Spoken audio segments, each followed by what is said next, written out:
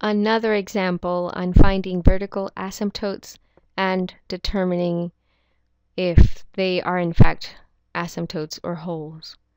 For this example, I'm going to start different. I'm going to start factoring just because I'll be ready when I need to compare multiplicities if I need to, okay?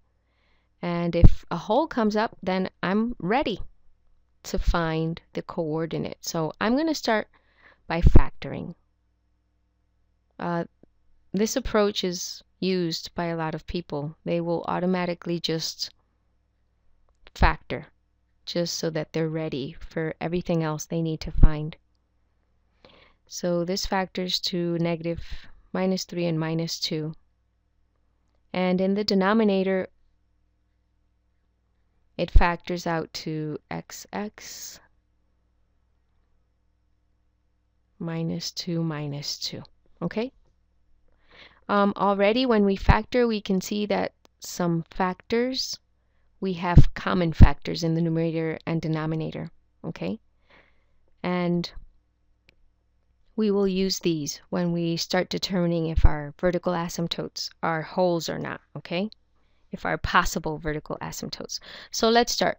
What we do is, for finding vertical asymptotes, we set the denominator equal to 0. So 0 is equal to x squared minus 4x plus 4.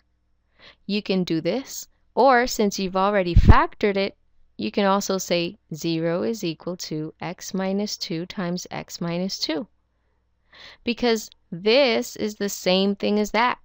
And in our next step for this one, our next step would be to factor, and I already factored it, so you can use it. Okay, so you can say 0 is equal to that instead of going ahead and factoring again. It's done already because that was your first step.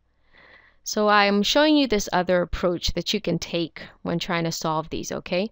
So I'm going to stick with this one. Since I already factored, I'm going to say 0 is equal to the denominator. And straight away I can say that x is equal to 2, x is equal to 2. Notice that this is a repeated 0. That means I have a multiplicity here of 2 because it repeats itself twice. Okay, and for vertical asymptotes, I would say this is a possible vertical asymptote where at x equal 2. And if I want to find out if it is in fact a vertical asymptote or not, I take that x equal to 2, and I'm only going to do this once because they're both equal to 2. So I take x equal to 2 and I substitute it in the numerator. Remember, we would take the 2 and we would substitute it up here in the numerator. Since I have this factored form, I'm going to substitute it up here. It's easier to plugging in 2 here, but you should get the same thing. If I plug in this 2 in my original function, I get 2 squared minus 5 times 2, which is 4 minus 10, which is -6. And -6 plus 6, you get 0. If I plug it in here, which is equivalent to this form, I get 2 minus 3, -1, and 2 minus 2, 0. So I would get 0 times -1, which is 0. I would also get 0 in the numerator because they are equivalent. So if you take this approach where you factor as your first step, then you can keep working with this side, okay? I plugged in the 2, I get a 0 in the numerator, a 0 in the denominator. That tells me that I cannot say for sure that this x is a vertical asymptote. I have to study it further, and what I need to do is compare the multiplicities in the numerator and the denominator. What multiplicity? The multiplicity of this 0 of x equal to 2, or of x minus 2, x minus 2, x minus 2, okay? So this is what I'm interested in.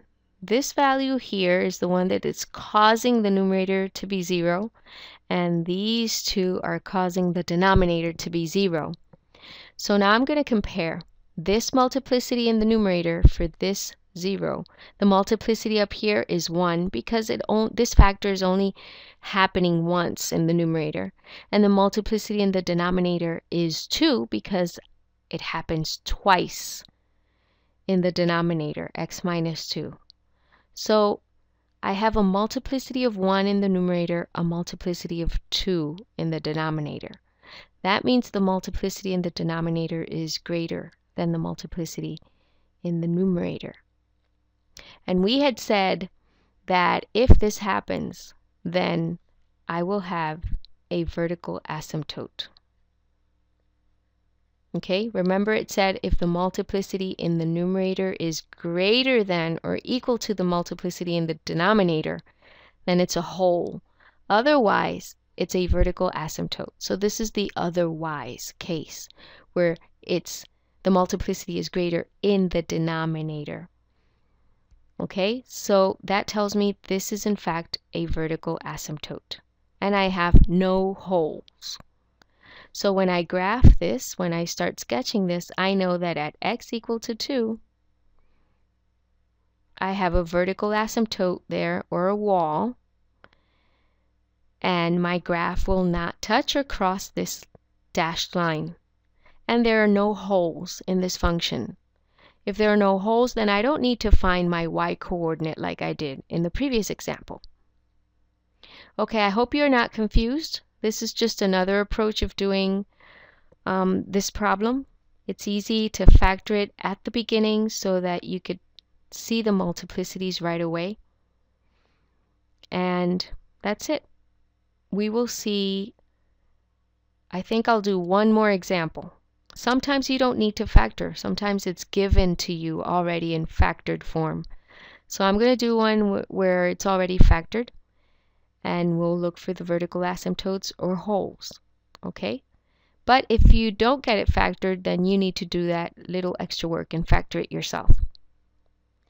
Okay, I'll see you in the next video.